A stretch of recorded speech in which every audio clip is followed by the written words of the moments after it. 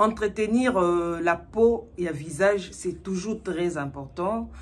Ils ont très capital pour que elongi nao et vanda bien parce que vous avez tout maquillage boy et c'est un peu tout long. Donc dès que tu as produit pour notre maquillage, dès que tu as produit pour notre démaquiller kolongola maquillage, c'est très important. Alors dès que tu sali lango et puis sokoza na moi ba moyen dès que tu entretenir peu elongi nao pour ça la soin. Alors le tout ça la soin mot simple en quelques étapes.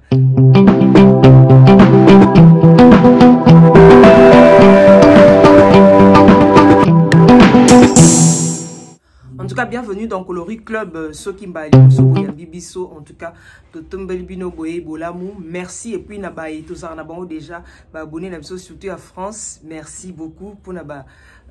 Message Nabino, ça fait toujours plaisir. Il y a Kinshasa, Nabosa Binoté. Il y a États-Unis, en tout cas, merci beaucoup.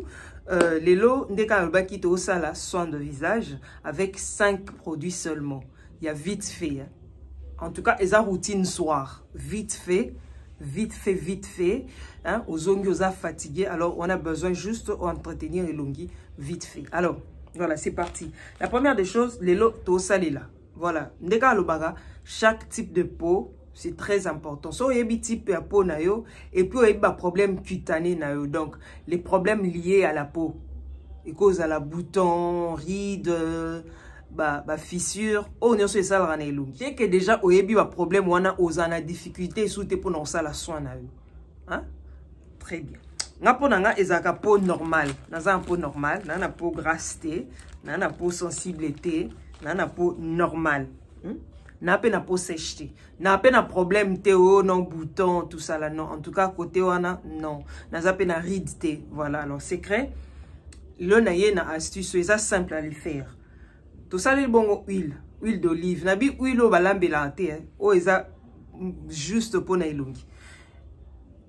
Pour na soin à corps. Donc, ça fait partie, il y a huile végétale. C'est très important. Il y a aux anons, na kati, il y a produit na onyo au sombak. Nazi huile nanga. Première étape, na démaquiller longi. Démaquillage nanga dans ça, les lots au micellaire. Dans ça, na huile végétale. C'est très important. Nazi huile nanga, na kiti siango. Likolo ya coton disque nanga. Voilà, c'est très simple. Na bandi nan awa, kota misu po na olongola, ba fa a paupière na tchaki. Voilà. Gomoni?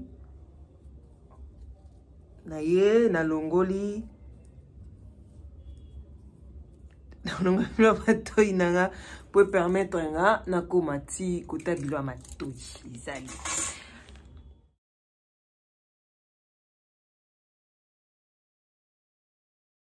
Huile ezo dépendre na type à peau na yo. Peut-être cause en a peau grasse. Vous avez 4 types à peau.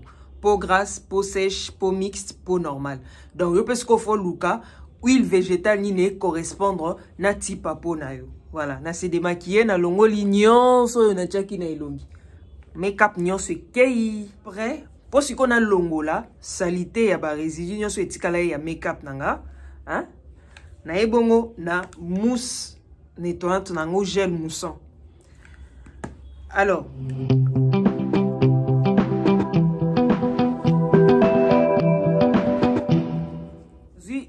gel moussant nanga yango yo na ye ko nettoyer pour na longola ba mafuta na ba résidu.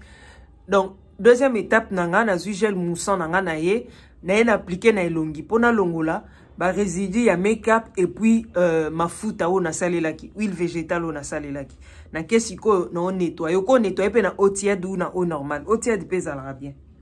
Voilà na nettoyer longi nanga na gel moussant mais par après na yo siko savon nanga savon o ça dépend savon ya type ya savon aux anango mais nga savon o et salamina na miliki ya anes yango nde na ozwa na salela yango na salela pour nettoyer mon visage. Ana sele mousse nettoyant nanga nyonso elengwa kite. Na ezwa ko bakisa savon nanga na tiki toujours mai elongeza humidifier hein.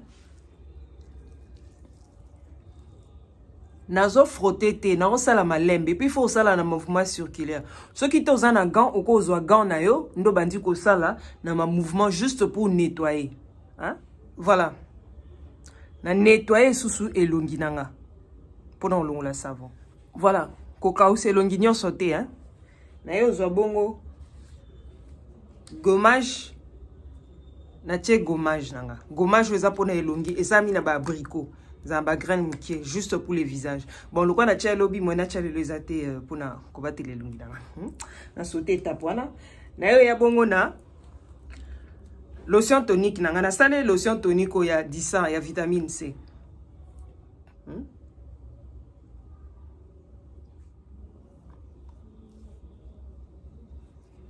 Attention à miso.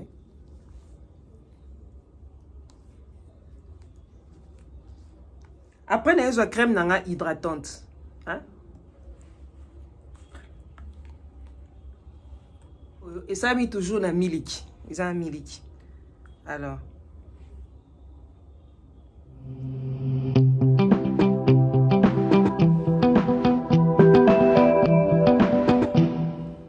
Les gars, avec ça routine a vite fait le visage.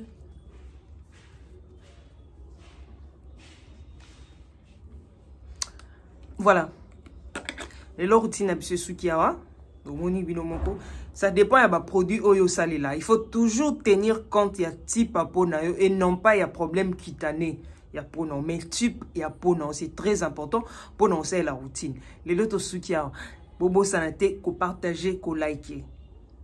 Commenter s'il y a des soucis, beaucoup mais lui peut réagir. Merci Nabino. Alors avant de se quitter, Nazong si là Marie qui fait nuit. Alors tout ce qui a. Bye.